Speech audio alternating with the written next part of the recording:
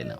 Learning number 2, Ramayana के सबसे मुख्य किरदार, सबसे मुख्य पात्र प्रभु श्री राम से क्या सीखें। जब वो राजा बनने जा रहे थे उसी वक्त उन्हें मालूम चला कि उन्हें 14 वर्षों के लिए वनवास में जाना होगा। एक पल के लिए जो कुर्सी, जो सत्ता आती हुई दिख रही थी, वो सब कुछ चला गया। सामने था पिता का बड़ा फैसला जिसमें उन्होंने कहा था कि आपको 14 सालों के लिए वनवास जाना है। वो सत्ता का सुख, वो राज दरबार का मोह, सब कुछ त्याग कर प्रभु श्री राम वनवास के लिए निकल गए।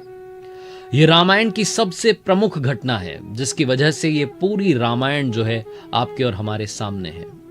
लेकिन ये सबसे बड़ी घटना, सबसे बड़ी बात सिखाती है, परिस्थिति चाहे जो आ जाए, जिंदगी में चाहे जो सिचुएशन बन जाए, कभी भी अपने कर्तव्यों से पीछे मत हटिएगा। प्रभु श्री राम ने एक एक बात जो रामायण में कही है, अगर उसमें से कोई एक बात भी हम अपनी लाइफ में फॉलो कर लें तो मुसीबत हमारे आसपास नहीं आएगी। भगवान श्री राम का नाम लेना बहुत अच्छी बात है, लेकिन उनके आचरण को अपनी जिंदगी में ढाल लेना बहुत बड़ी बात है, क्योंकि जो चरण होते हैं वो मंदिर तक ले जाते हैं और जो आचरण होते हैं वो भगवान तक ले जाते हैं। लर्निंग नंबर 3, माता सीता से क्या सीखें। जब दासी मंथरा ने कैकेयी को भड़काया और कैकेयी ने राजा दशरथ को जाकर के कहा कि राम को वनवास के लिए भेज दीजिए, तब कहीं भी माता सीता का नाम नहीं था। सीता को भेज दीजिए ऐसा नहीं कहा था, लेकिन माता सीता ने कहा कि वो भी प्रभु श्री राम के साथ में वनवास जाना चाहती हैं, वनवास के लिए प्रस्थान करने के लिए तैयार हैं। उन्हें बहुत समझाया, परिवार के हर सदस्य ने बार बार कहा कि आप मत जाइए, यहां तक कि प्रभु श्री राम ने कहा कि आप मत जाइए, आप यहीं रहिए, माता पिता की सेवा कीजिए।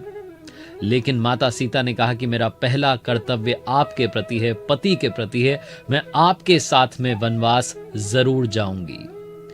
माता सीता से क्या सीखें। जिंदगी में जब परिस्थितियां विपरीत हो जाएं, तो सबसे पहले तो मान लीजिए कि यही नियति का निर्णय है, और दूसरी सबसे बड़ी बात, अपनी निष्ठा में कहीं कमी मत आने दीजिए। जहां वो रानी बनने जा रही थी, अचानक से वनवास सामने आ गया, घबराई नहीं, अपने प्यार को और बढ़ाया, अपनी निष्ठा को और बढ़ाया, और आज हम सभी उन्हें माता सीता के रूप में पूजते हैं। जीवन में हमेशा याद रखना, आपके डेडिकेशन में, निष्ठा में, समर्पण में कभी भी कमी नहीं आनी चाहिए। अगर सिचुएशन बदल भी जाए तब भी अपनों के लिए वही अपनापन बरकरार रखिएगा। लर्निंग नंबर 4, अब बात करेंगे रामायण के उस किरदार की जिनसे प्रभु श्री राम को बहुत लगाव था, बहुत प्यार करते थे, अपने छोटे भाई भरत से, जिनके बारे में मिसाल दी जाती है, भरत मिलाप के किस्से सुनाए जाते हैं। भरत जी जो कि प्रभु श्री राम के सबसे प्यारे भाई थे, जब प्रभु श्री राम को वनवास दिया गया उस वक्त अपने ननिहाल में थे। जैसे उन्हें मालूम चला कि प्रभु श्री राम राजपाट छोड़ करके जंगल में निकल गए हैं, दौड़ते चले आए और प्रार्थना की कि वापस चलिए, वो राज संभालिए, वो राज्य आपका है, उस पर आपका अधिकार है।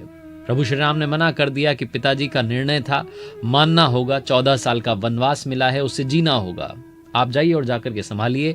लेकिन तब भरत जी ने वो काम नहीं किया। उन्होंने एक काम किया, प्रभु श्री राम की चरण पादुकाएं लेकर के आए, उसे सिंहासन पर रखा और कहा कि ये सिंहासन तब तक भी प्रभु श्री राम का ही रहेगा जब तक कि वो वापस नहीं आ जाते। प्रभु श्री राम से कहा कि आपकी चरण पादुकाएं अब अयोध्या में राज करेंगी। भरत जी के बारे में कहा जाता है कि जब तक वनवास से प्रभु श्री राम वापस नहीं आए थे तब तक वो नगर से दूर रहे, जंगल में कुटिया बना करके बिल्कुल उसी तरीके का वनवास जिया जो कि उनके भैया राम जी रहे थे।